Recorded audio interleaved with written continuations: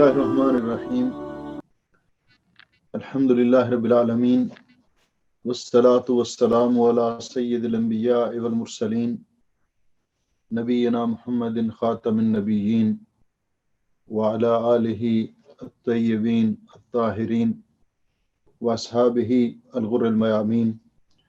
ومن تبعهم بإحسان إلى يوم الدين اما بعد. معزز سامعین و ناظرین، السلام علیکم ورحمۃ اللہ وبرکاتہ. میں اس دینی پروگرام میں شرکت پر آپ کو خوش آمدید کہتا ہوں اور اللہ رب العزت کی بارگاہ میں دعا گو ہوں کہ اللہ سبحانہ و تعالی ہمیں علم نافع عطا فرمائے اور عمل صالح کی توفیق عطا فرمائے، اور اللہ رب العزت نے دین کا علم سیکھنے اور سکھانے والوں کے ساتھ جن انعامات کا وعدہ کیا ہے، اللہ تعالی ہم سب کو ان سے نوازے. اللہم انفعنا بما علمتنا وعلمنا ما ينفعنا وزدنا علما. رب اشرح لی صدری ویسر لی امری واحلل عقدۃ من لسانی یفقہوا قولی. آج کا ہمارا درس الوجیز فی فقہ السنت والکتاب العزیز سے متعلق ہے. ہم نماز کی سنن کا یعنی نماز کی سنتوں کا ذکر کر رہے تھے، اور صاحب کتاب نے نماز کی سنتوں کو دو حصوں میں تقسیم کیا. پہلے نمبر پر قولی سنتیں السنن القولیہ، ان کا ذکر کیا، اور وہ 10 ہیں جن کا پچھلے 2 درسوں میں ہم نے بیان کیا. آج ہیں السنن الفعلیہ، نماز کی فعلی سنتیں جن کا تعلق حرکات و سکنات کے ساتھ ہے. تو یہ بھی صاحب کتاب نے 10 ذکر کی ہیں. پہلے جو ہم نے قولی سنتیں ذکر کی تھیں تو بالاختصار ان کا ایک دفعہ اعادہ اگر کر دیں تو ان میں پہلے نمبر پر دعا استفتاح یعنی ثنا، پھر اعوذ باللہ من الشیطان الرجیم پڑھنا، پھر سورۃ فاتحہ کے اختتام پر آمین کہنا، سورۃ فاتحہ کے بعد کسی دوسری سورت کی قرات کرنا چوتھے نمبر پر، اور 5ویں نمبر پر رکوع اور سجدے کی تسبیحات، 6 نمبر پر رکوع کے بعد اٹھ کے سیدھے کھڑے ہو جانا اور دعا پڑھنا، 7ویں نمبر پر 2 سجدوں کے درمیان دعا، 8ویں نمبر پر پہلے تشہد میں نبی پاک صلی اللہ علیہ وسلم کی ذات اقدس پر درود پڑھنا، اور 9ویں نمبر پر تشہد اول اور ثانی دونوں کے بعد دعا کرنا، اور 10ویں نمبر پر تھا سلام پھیرنا، یعنی نماز میں دوسری طرف سلام پھیرنا. تسلیمہ الاولیٰ اس کو ارکان میں شمار کیا، اور دوسرا طرف سلام پھیرنا جو ہے اس کو سنن میں شمار کیا. آج ہیں السنن الفعلیہ، وہ سنتیں جو فعلی سنتیں ہیں.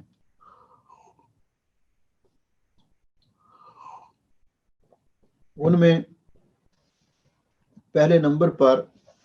صاحب کتاب نے رفع الیدین کا ذکر کیا کہ نماز کے اندر رفع الیدین کرنا. رفع کا معنی ہوتا ہے اٹھانا، اور یدین کا معنی دونوں ہاتھ، یہ یدن کا تثنیہ ہے یعنی دونوں ہاتھوں کو اٹھانا، اس کو کہتے ہیں رفع الیدین. یہ رفع الیدین کن کن مقامات پر کی جائے گی ان کا تذکرہ کیا کہ سب سے پہلے تو نماز شروع کرتے وقت تکبیر تحریمہ جب کہی جائے گی اللہ اکبر، تو اس وقت اپنے دونوں ہاتھ کندھوں کے برابر تک اٹھانا. دوسرے نمبر پر وعند الرکوع، رکوع کو جاتے وقت دونوں ہاتھ اپنے کندھوں کے برابر تک اٹھانا. والرفع منہ، اور رکوع سے سر اٹھاتے وقت سیدھے کھڑے ہو کر اپنے دونوں ہاتھ کندھوں کے برابر اٹھانا. وعند القیام من التشہد الاول، اور پہلا تشہد جو ہے یعنی 2 رکعتوں کے بعد جو تشہد ہوتا ہے، تشہد پڑھنے کے بعد تیسری رکعت کے لیے جب کھڑے ہونا ہے، یعنی 2 رکعتوں کے بعد جب تیسری رکعت کے لیے کھڑے ہونا ہے، تو اس وقت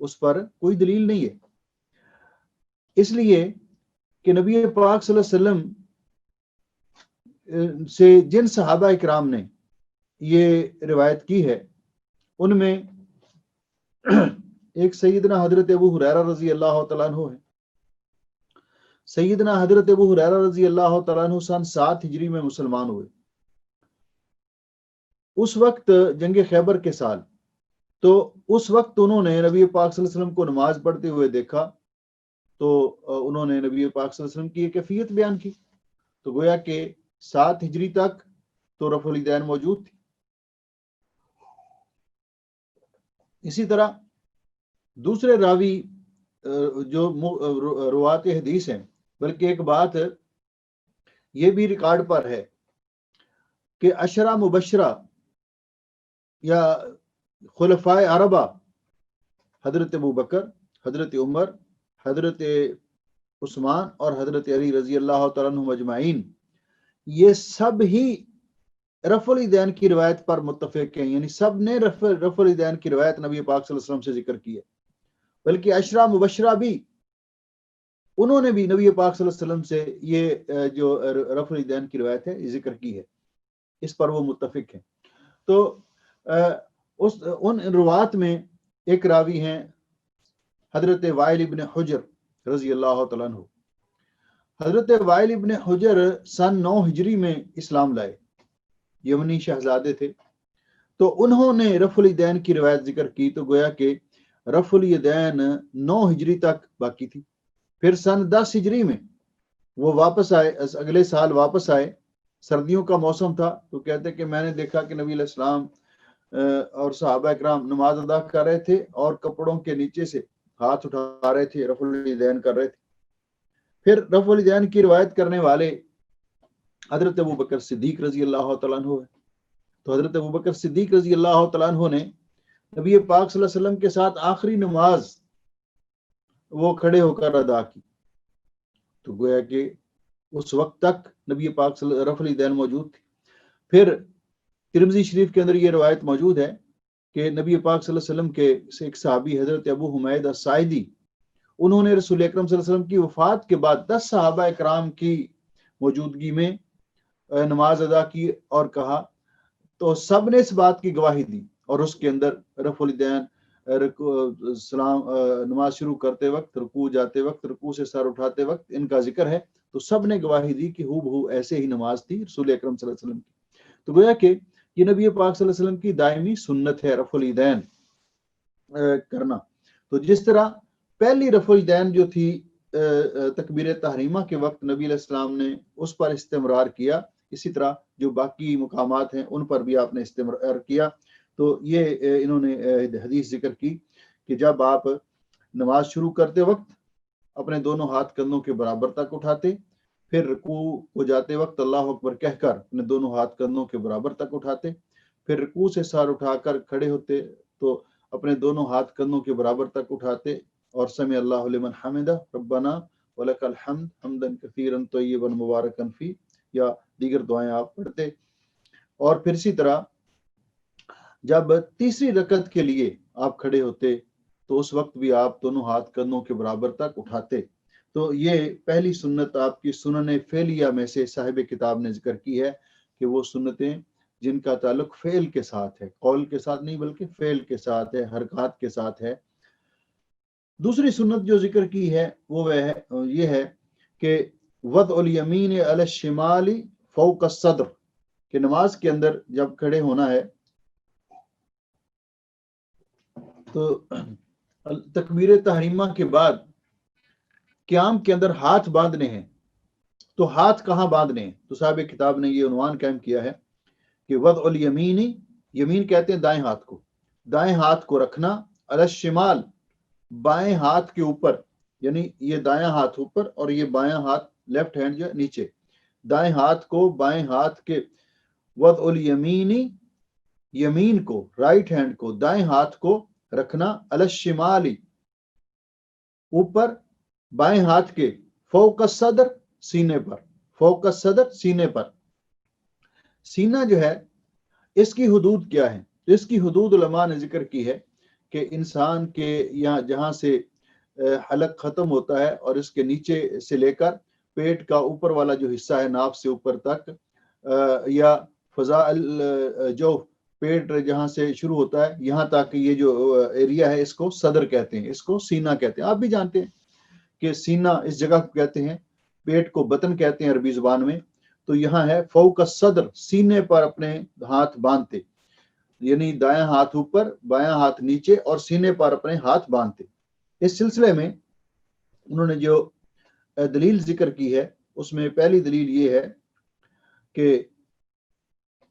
ان سہل بن سعد قال، سہل بن سعد رضی اللہ تعالیٰ عنہما بیان کرتے ہیں کہ کان الناس یؤمرون، لوگوں کو حکم دیا جاتا تھا ان یضع الرجل الید الیمنی علی ذراعہ الیسری فی الصلاۃ، کہ لوگوں کو حکم دیا جاتا تھا کہ اپنا دایاں ہاتھ اپنے بائیں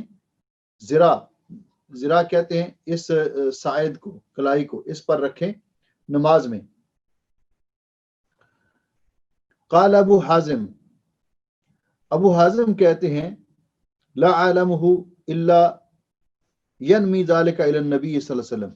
تو یہ اس سے معلوم ہوتا ہے کہ وہ نبی پاک صلی اللہ علیہ وسلم کی طرف وہ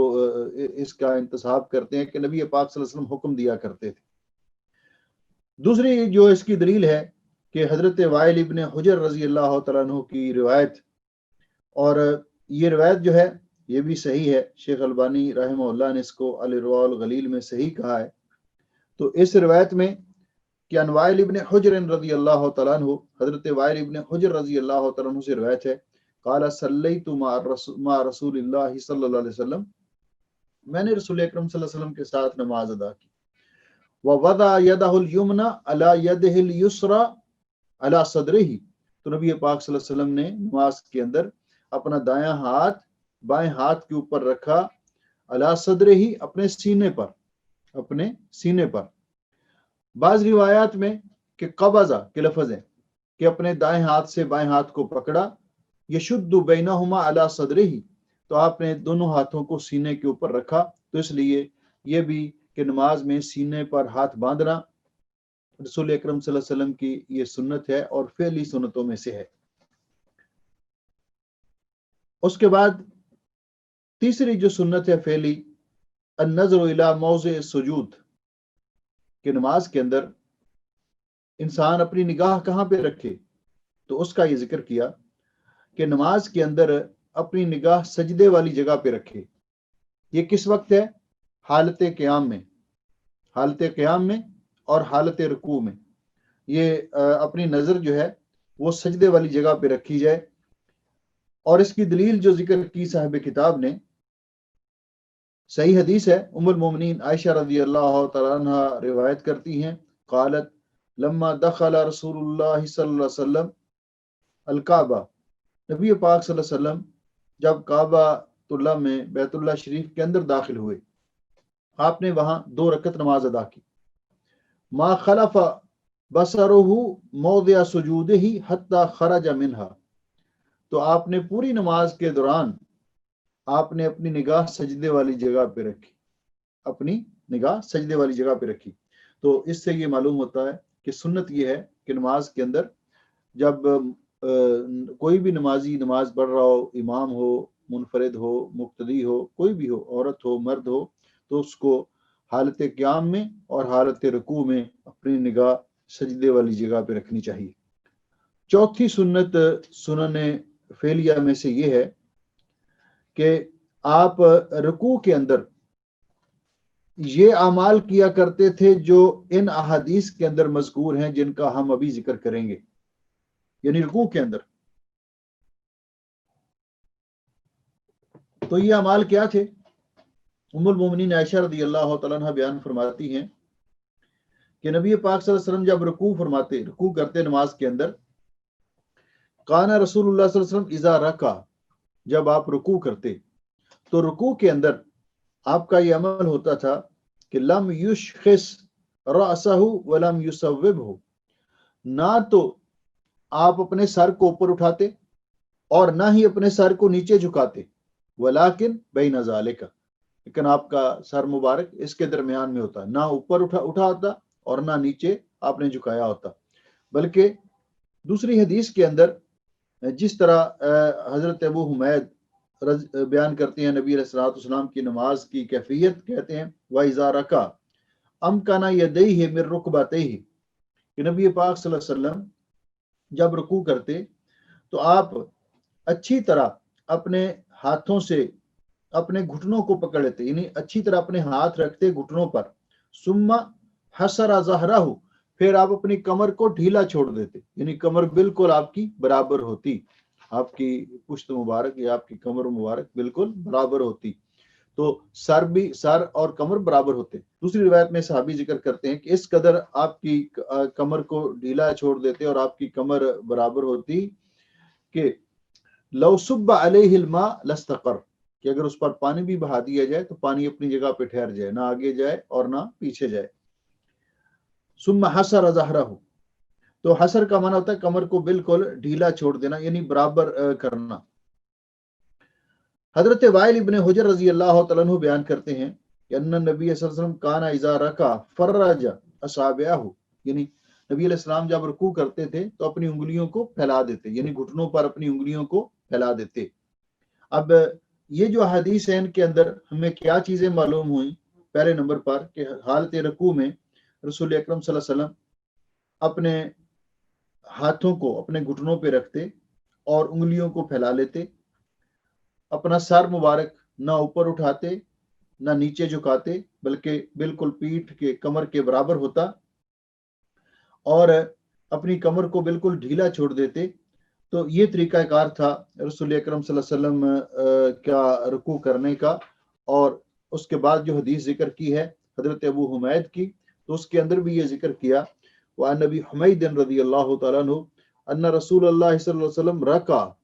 کہ نبی علیہ السلام نے رکوع کیا فوضع یدیہ علی رکبتیہ، تو نبی علیہ السلام نے اپنے دونوں ہاتھ مبارک اپنے گھٹنوں پہ رکھے. کیسے رکھے؟ کأنہ قابض علیہما، قابض علیہ، جیسا کہ آپ نے ان کے ساتھ گھٹنوں کو پکڑ رکھا ہو، جیسا کہ آپ نے اپنے ہاتھوں کے ساتھ گھٹنوں کو پکڑ رکھا ہو. اس طرح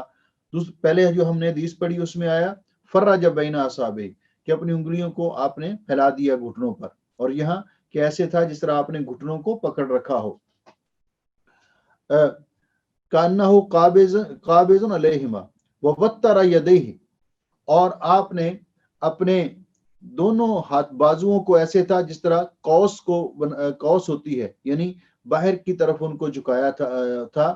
اور فنحاہما عن جنبہ، یعنی پیٹ کے ساتھ نہیں لگائے ہوئے تھے، جسم کے ساتھ نہیں لگائے ہوئے تھے، یعنی باہر کی طرف ان کو جھکایا ہوا تھا دونوں ہاتھوں کو رکوع کی حالت میں. تو یہ رکوع کی حالت میں تذکرہ کرتے ہیں کس طرح رسول اکرم صلی اللہ علیہ وسلم رکوع کیا کرتے تھے. گویا کہ یہ سنتیں ہیں رسول اکرم صلی اللہ علیہ وسلم کی، اور ان کو ہمیں فالو کرنا چاہیے اور اپنانا چاہیے.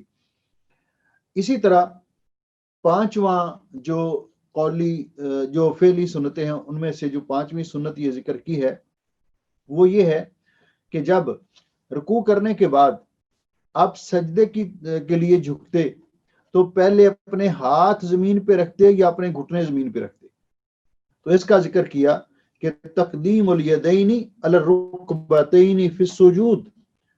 کہ سجدے کو جاتے وقت پہلے اپنے ہاتھوں کو زمین پہ رکھنا اور پھر گھٹنوں کو بعد میں زمین پہ رکھنا، یعنی پہلے اپنے ہاتھوں کو زمین پہ رکھنا اور پھر گھٹنوں کو زمین پہ رکھنا. یہ سنت ہے رسول اکرم صلی اللہ علیہ وسلم کی. اور جب اٹھنا ہے تو پہلے اپنے گھٹنے اوپر اٹھانے ہیں اور بعد میں اپنے ہاتھوں پر زور دے کے، جس طرح آگے آئے گا کہ اٹھنا ہے. تو یہ سنت ہے رسول اکرم صلی اللہ علیہ وسلم کی. اس کے لیے جو بطور دلیل انہوں نے حدیث ذکر کی ہے صاحب کتاب نے، اور یہ حدیث ہے کہ رسول اکرم صلی اللہ علیہ وسلم نے فرمایا ان ابی ہریرہ رضی اللہ تعالیٰ عنہ، حضرت ابو ہریرہ رضی اللہ تعالیٰ عنہ سے روایت ہے، قال رسول اللہ صلی اللہ علیہ وسلم، کہ رسول اکرم صلی اللہ علیہ وسلم نے فرمایا اذا سجد احدکم، جب تم میں سے کوئی سجدہ کرے، یعنی سجدے کے لیے جائے، رکوع کے بعد سجدے کے لیے جائے، تو پھر کیا کرے؟ فلا یبرک کما یبرک البعیر، اس طرح نہ بیٹھے کہ جس طرح اونٹ بیٹھتا ہے، اس طرح نہ بیٹھے جس طرح اونٹ بیٹھتا ہے. اونٹ کیسے بیٹھتا ہے؟ تو گویا کہ اونٹ کی جو مشابت ہے، یعنی اونٹ کا اس سے منع کیا کہ جن اعضاء پر اونٹ بیٹھتا ہے ان پہ نہ بیٹھا جائے، اس کی مخالفت کی جائے۔ اور اونٹ کیسے بیٹھتا ہے؟ تو آپ جانتے ہیں کہ اونٹ جب بیٹھتا ہے تو پہلے اپنے گھٹنے زمین پہ رکھتا ہے، کیونکہ آپ سبھی جانتے ہیں کہ اونٹ کے گھٹنے جو ہیں یہ پچھلی ٹانگوں میں ہوتے ہیں۔ کیوں عبد الرحمان؟ اونٹ کے گھٹنے جو اگلی ٹانگوں میں ہوتے ہیں یا پچھلی ٹانگوں میں؟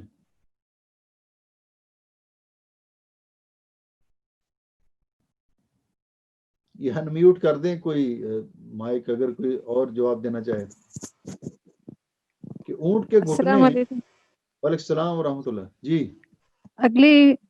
ٹانگوں میں ہوتے ہیں نا؟ ہاں، اونٹ کے گھٹنے اگلی ٹانگوں میں ہوتے ہیں، اس لیے کہ جب کہا جاتا ہے کہ اونٹ کا گھٹنا باندھو تو وہ اگلی ٹانگ کا گھٹنا باندھتے ہیں۔ تو گویا کہ اونٹ جب بیٹھتا ہے تو وہ پہلے اپنے گھٹنے زمین پہ رکھتا ہے۔ تو ہمیں کیا کہا گیا اس حدیث کے اندر؟ اذا سجد احدکم فلا یبرک کما یبرک البعیر، کہ جب تم میں سے کوئی سجدے کو جائے تو اس طرح نہ بیٹھے جس طرح اونٹ بیٹھتا ہے، یعنی اونٹ کی ہم نے مخالفت کرنی ہے۔ یہاں علماء نے جو اس میں جو توجیح کی اس میں اشکال ہو سکتا تھا کہ کوئی کہتا ہے کہ گھٹنے اونٹ کی کیفیت کی طرح نہ بیٹھے، لیکن حدیث کے جو آخری الفاظ ہیں اس میں وضاحت کر دی رسول اکرم صلی اللہ علیہ وسلم نے کہ کس طرح بیٹھے۔ تو اگلے لفظ ہیں وَلِيَضَعْ يَدَيْهِ قَبْلَ رُكْبَتَيْهِ، وَلِيَضَعْ يَدَيْهِ قَبْلَ رُكْبَتَيْهِ، یعنی اونٹ کی طرح نہ بیٹھے، بلکہ نمازی کو چاہیے کہ جب وہ سجدے کو جائے تو وَلْيَضَعْ يَدَيْهِ، کہ وہ رکھے اپنے دونوں ہاتھوں کو قبل رکبتیہ، اپنے دونوں گھٹنوں سے پہلے۔ تو گویا کہ جب ہم رکوع سے سجدے کی طرف جائیں گے، منتقل ہوں گے، تو پہلے ہم اپنے ہاتھ زمین پہ رکھیں اور اس کے بعد اپنے گھٹنے زمین پہ رکھیں۔ اس کے بعد سجدے کے اندر سجدہ کس طرح کیا جائے گا، تو اس کی کیفیت بیان کی گئی کہ سجدے کے وقت، سجدے کی حالت میں رسول اکرم صلی اللہ علیہ وسلم کی سنتیں کیا ہیں اور سجدہ کس طرح کرنا چاہیے۔ چھٹے نمبر پر بیان کرتے ہیں کہ ان یفعل فی سجودہ ما تضمنته هذه الاحادیث من الحیات، کہ سجدے کے اندر یہ عمل کرے جو ان احادیث مبارکہ کے اندر مذکور ہیں اور یہ نبی پاک صلی اللہ علیہ وسلم کی سنتیں ہیں۔ ان میں سب سے پہلے نمبر پر انہوں نے جو حدیث ذکر کی ہے، حضرت ابو حمید الساعدی رضی اللہ تعالیٰ عنہ کی روایت، وہ بیان کرتے ہیں نبی علیہ السلام کی نماز کی کیفیت بیان کرتے ہوئے فَإِذَا سَجَدَ، کہ جب آپ سجدہ کرتے تھے، وَضَعَ يَدَيْهِ غَيْرَ مُفْتَرِشٍ، نبی پاک صلی اللہ علیہ وسلم اس طرح اپنے ہاتھوں کو زمین پہ رکھتے تھے، غیر مفترشن، کہ ان کو آپ نے زمین پر بچھایا ہوا نہیں ہوتا تھا۔ کیا مطلب؟ کہ رسول اکرم سے افتراش کا معنی یہ ہوتا ہے، جس طرح دوسری حدیث میں وضاحت ہے کہ اپنے بازو کو سجدے کی حالت میں ایسے نہ رکھو جس طرح درندہ اپنا بازو زمین پہ رکھتا ہے۔ تو افتراش کا معنی یہ ہے کہ ہاتھ بھی زمین پہ لگا ہوا ہو اور کوہنی بھی زمین پہ لگی ہوئی۔ تو نبی علیہ السلام ایسے نہیں کیا کرتے تھے، بلکہ آپ کا ہاتھ مبارک آپ زمین پہ رکھتے اور کوہنی جو ہے زمین سے اٹھی ہوئی ہوتی اور پہلوؤں سے ہٹی ہوئی ہوتی۔ ولا قابضہما، اور نہ ہی آپ مٹھیوں کو بند رکھتے تھے، یعنی سجدے کی حالت میں نہ تو کوہنی زمین پہ لگاتے اور ہاتھ کو بچھاتے اور نہ ہی مٹھیوں کو بند رکھتے، بلکہ اب آپ کا ہاتھ کھلے ہوتے اور انگلیوں کا رخ قبلے کی طرف ہوتا اور انگلیاں ساتھ ملی ہوئی ہوتی۔ واستقبل باطراف اصابع رجلیہ القبلہ، اور نبی پاک صلی اللہ علیہ وسلم کے پاؤں کی جب سجدے کی حالت میں آپ کے پاؤں کی انگلیوں کا رخ بھی قبلے کی طرف ہوتا تھا، یعنی پاؤں کھڑے ہوتے اور انگلیوں کا رخ قبلے کی طرف، اور دوسری حدیث میں کہ آپ نے ایڑیاں ساتھ ملائی ہوئی ہوتی تھی۔ دوسری حدیث جو، تو اس حدیث کے اندر کتنی چیزیں ہو گئیں کہ آپ نے جب سجدہ کیا تو آپ نے اپنے ہاتھوں کو زمین پہ رکھا، ان کو زمین پہ بچھایا نہیں، بلکہ اپنی کوہنیوں کو زمین سے اوپر اٹھایا اور ہاتھوں کی انگلیوں کو کھلا رکھا، ان کو بند نہیں کیا، اور آپ کے پاؤں مبارک کی انگلیاں یہ قبلہ کی طرف ہوتی تھی، ان کا رخ قبلے کی طرف ہوتا تھا۔ دوسری حدیث ہے حضرت برا رضی اللہ تعالیٰ عنہ کی کہ نبی پاک صلی اللہ علیہ وسلم نے ان کو یہ طریقہ سکھایا نماز کا کہ بیان کرتے ہیں کہ قال رسول اللہ صلی اللہ علیہ وسلم اذا سجدت، کہ رسول اکرم صلی اللہ علیہ وسلم نے فرمایا جب آپ سجدہ کریں فضا کفیک، آپ اپنے ہاتھوں کو زمین پہ رکھیں، ورفع مرفقیک، مرفق کہتے ہیں کوہنی کو، مرفقی دونوں کوہنیاں، یعنی اپنے دونوں ہاتھوں کو تو آپ زمین پہ رکھیں اور اپنی کوہنیوں کو ارفع، ان کو زمین سے اوپر اٹھا کے رکھیں، ان کو زمین کے ساتھ نہ لگائیں۔ تیسری حدیث جو ذکر کی صاحب کتاب نے، کہتے ہیں وَعَنْ عبد اللہ ابن مالک ابن بحینہ، عبداللہ ابن مالک ابن بحینہ رضی اللہ تعالیٰ عنہ بیان کرتے ہیں کہ ان نبی صلی اللہ علیہ وسلم کان اذا صلی، نبی پاک صلی اللہ علیہ وسلم جب نماز ادا کیا کرتے تھے، فرج بین یدیہ، آپ اپنے ہاتھوں کو اپنے جسم سے علیحدہ رکھتے، کس قدر، حتی یبدو بیاض ابطیہ، حتیٰ کہ آپ کی جو بغلیں ہیں ان کی سفیدی وہ بھی ظاہر ہوتی، یعنی سفیدی سے مراد یعنی کپڑا اپنے پہنے ہوتے تھے لباس، لیکن یعنی آپ کی بغلیں جو ہیں یہ کپڑے کے نیچے سے یا یہ نظر آتی، گویا کہ اپنے ہاتھوں کو اپنے جسم مبارک سے آپ نے علیحدہ کیا ہوتا تھا جب سجدہ کرتے اس کنڈیشن میں۔ اور اس کے بعد جو حدیث ذکر کی ام المومنین عائشہ رضی اللہ تعالی عنہا کی، فرماتی ہیں فقط تو رسول اللہ صلی اللہ علیہ وسلم، میں نے رسول اکرم صلی اللہ علیہ وسلم کو تلاش کیا، وکان معی علی فراش، آپ بھی میرے قریب بستر پر لیٹے ہوئے تھے، تو میں نے کہا کہ آپ کہاں تشریف لے گئے؟ تو میں نے جب اندھیرا تھا تو ٹٹولا، تو رسول اکرم صلی اللہ علیہ وسلم اس وقت نماز تہجد ادا کر رہے تھے اور سجدے کی حالت میں تھے، تو فرماتی فوجدتہ ساجدا راسن عقبیہ، راسن کا معنی ساتھ ملائے ہوئے، عقبیہ اپنی دونوں ایڑیوں کو، اپنے سجدے کی حالت میں میں نے آپ کے پاؤں کو ٹٹولا، تو میں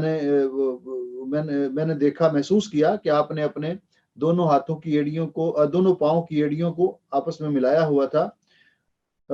مستقبلاً باطراف اصابع القبلہ، اور آپ کی انگلیوں کا یعنی دونوں پاؤں کی انگلیوں کا رخ قبلے کی طرف تھا، یعنی سجدے کی حالت میں پاؤں کی انگلیوں کا رخ قبلے کی طرف ہو، پاؤں کھڑے ہوں اور دونوں پاؤں کی ایڑیوں کو راسن عقبیہ آپ نے ساتھ ملایا ہوا تھا۔ اسی طرح حضرت وائل ابن حجر رضی اللہ تعالیٰ عنہ کی روایت میں کہتے ہیں اتیت المدینہ، میں جب مدینہ طیبہ میں آیا، فقلت،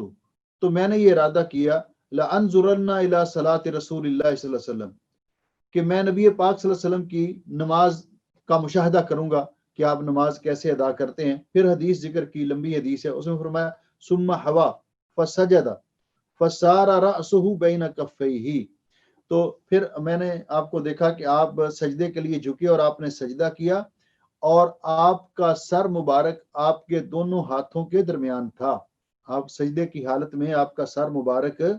اپنے دونوں ہاتھوں کے درمیان تھا، آپ کا سر مبارک، یا مطلب کہ آپ کے ہاتھ آگے بھی نہیں تھے اور بہت پیچھے بھی نہیں تھے، جس طرح ہم نے پہلے ذکر کیا کہ کہاں ہاتھ ہوں گے سجدے کی حالت میں، جہاں نماز شروع کرتے وقت یا رکوع سے اٹھتے وقت انسان ہاتھ اٹھاتا ہے، رفع الیدین کرتا ہے، تو اسی حساب سے زمین پر اپنے ہاتھ رکھے جائیں گے اور سر دونوں ہاتھوں کے درمیان تھا۔ حضرت برا رضی اللہ تعالیٰ عنہ بیان کرتے ہیں کہ کان رسول اللہ صلی اللہ علیہ وسلم اذا سجد وضع یدیہ بالارض استقبل بکفیہ واصابعہ القبلہ، نبی علیہ السلام جب سجدہ کیا کرتے تھے، آپ اپنے دونوں ہاتھوں کو زمین پہ رکھتے اور دونوں ہاتھوں کی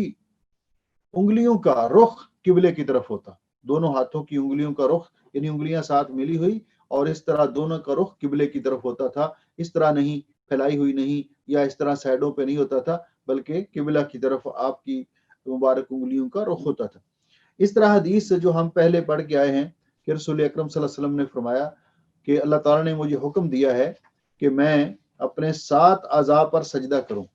7 اعضاء پر سجدہ کروں، تو وہ 7 اعضاء ہم نے پہلے یہ روایت گزر چکی ہے، اس کا ہم نے ذکر کیا تھا کہ وہ 7 اعضاء کی کون سے ہیں، تو وہ ایک پیشانی، دوسری ناک، تیسرا دونوں ہاتھ کتنے ہو گئے؟ 4، اور دونوں گھٹنے 6، اور دونوں پاؤں یہ تو 8 ہو گئے. کیا خیال ہے؟ تو وہ 7 کیسے بنتے ہیں؟ 7 اعضاء پر ہمیں نبی علیہ السلام کو مجھے حکم دیا گیا کہ میں 7 اعضاء پر سجدہ کروں، تو یہ تو 8 بنتے ہیں. جی جی پیشانی اور ناک ایک ہو گیا. ہاں، ایک پیشانی حصہ اور ہو گیا. ناک اور ایک، کیونکہ یہ چہرے دونوں کے اندر. ہتھیلی. جی جی جی دونوں ہتھیلی اور دونوں گھٹنے اور دونوں پیر، یہ دونوں 6 ہو گئے، اور پیشانی اور ناک دونوں ملا کر 7 ہو گئے. ماشاء اللہ. اللہ تعالیٰ آپ کو جزائے خیر دے، اللہ تعالیٰ آپ کی عمر میں آمین. علم میں برکت کرے. ماشاء اللہ. اس طرح پتہ چلتا ہے کہ کوئی بڑی توجہ کے ساتھ درس سن رہا ہے. ہاں جی. تو یہ جو اب اگر ہم خلاصہ بیان کریں تو سجدے کے اندر جو کیفیات ہیں، سنتیں ہیں، وہ کون سی ہیں؟ کہ جب انسان سجدہ کرے تو اپنے ہاتھوں کو زمین پہ رکھے اور اپنی کوہنیوں کو اوپر اٹھا کے رکھے، ہاتھ کھلے ہوئے ہوں، مٹھیاں بند نہ ہوں، اور انگلیوں کا رخ قبلے کی طرف ہو، اور ناک بھی زمین پر لگے، پیشانی بھی زمین پہ لگے. پچھلے درس میں ہم یہ حدیث ذکر کر چکے ہیں کہ نبی علیہ السلام نے فرمایا کہ اس آدمی کا سجدہ نہیں ہوتا جس کی ناک زمین پہ نہ لگے جس طرح کی پیشانی زمین پہ لگتی ہے. تو دونوں زمین پہ لگیں، اور اس کے بعد دونوں ہاتھ زمین پہ، دونوں گھٹنے زمین پہ، دونوں پاؤں کی انگلیاں یہ زمین پہ، پاؤں کی انگلیوں کا رخ قبلے کی طرف، اور ایڑیاں ساتھ ملی ہوئی ہوں. اور آپ سجدے کی حالت میں اپنے جو بازو تھے، ایک تو کوہنیاں زمین سے اوپر اٹھا کے رکھتے اور بازوؤں کو جسم سے علیحدہ رکھتے، اور آپ کے ہاتھوں کی انگلیوں کا رخ بھی قبلے کی طرف ہوتا، اور آپ کا سر مبارک دونوں ہاتھوں کے درمیان ہوتا. تو یہ کیفیات یہ سنتیں ہیں سجدے کی، جو کیفیات رسول اکرم صلی اللہ علیہ وسلم سے بیان کی گئی. اس کے بعد جو 7 نمبر 8 نمبر یعنی 4 سنتیں باقی ہیں، تو ان کا تذکرہ ہم کل کے درس میں کریں گے انشاءاللہ اللہ کی توفیق سے، کیونکہ اب آپ کا ٹائم بھی ہو چکا ہے. تو اللہ تعالیٰ کی بارگاہ میں دعا ہے کہ اللہ سبحانہ و تعالیٰ ہمیں کتاب و سنت کی تعلیمات کو سمجھنے اور ان پر عمل کرنے کی توفیق عطا فرمائے، ہمارا علم نافع بنائے، اور جتنے عزیزات بہن بھائی اس پروگرام میں شریک ہیں یا بعد میں سنیں گے، اللہ تعالیٰ سب کے لیے خیر و برکت کا باعث بنائے. جس طرح اللہ تعالیٰ نے ایک نیک مقصد کے لیے، دینی پروگرام کے لیے ہمیں اس پروگرام میں جمع کیا، اسی طرح اللہ تعالیٰ قیامت کے دن ہم سب کو جنت الفردوس میں بھی جمع فرمائے. اللہ سبحانہ و تعالیٰ ہمارے تمام بیمار مسلمان بہن بھائیوں کو شفائے کاملہ عطا فرمائے. جو مسلمان کسی بھی وجہ سے پریشان ہیں، اللہ سب کی پریشانیاں دور فرمائے. یہ کرونا وائرس کی لہر پھر آ رہی ہے، اللہ تعالیٰ اس مصیبت اور پریشانی سے بھی ہم سب کو محفوظ فرمائے، صحت و عافیت سے نوازے. اللہ سبحانہ و تعالیٰ ہمارے والدین کے حال پہ رحم فرمائے، ان میں سے جو زندہ ہیں ان کو صحت و عافیت عطا فرمائے، جو فوت ہو گئے اللہ رب العزت ان کی مغفرت فرمائے. اللہ تعالیٰ ہماری اولادوں کو اپنے مطیع اور فرما بردار بنائے، ہماری آنکھوں کی ٹھنڈک بنائے، دنیا اور آخرت میں ہماری کامیابی اور نیک نامی کا ذریعہ بنائے. اللہ تعالیٰ اس ملک کی بھی اور تمام بلاد اسلامیہ کی حفاظت فرمائے. اللہ سبحانہ و تعالیٰ جب تک ہمیں زندہ رکھے، ہمیں اسلام پر زندہ رکھے، آخری وقت آئے تو اللہ تعالیٰ ہمارا خاتمہ ایمان پہ کرے، اور اللہ سبحانہ و تعالیٰ ہمیں موت کی سختیوں سے، قبر کے عذاب سے اور جہنم کے عذاب سے محفوظ فرمائے، اور ہم سب کو جنت الفردوس کا وارث بنائے. بارک اللہ فیکم. سبحان ربک رب العزت عما یصفون وسلام علی المرسلین والحمد للہ رب العالمین. السلام علیکم ورحمۃ اللہ وبرکاتہ.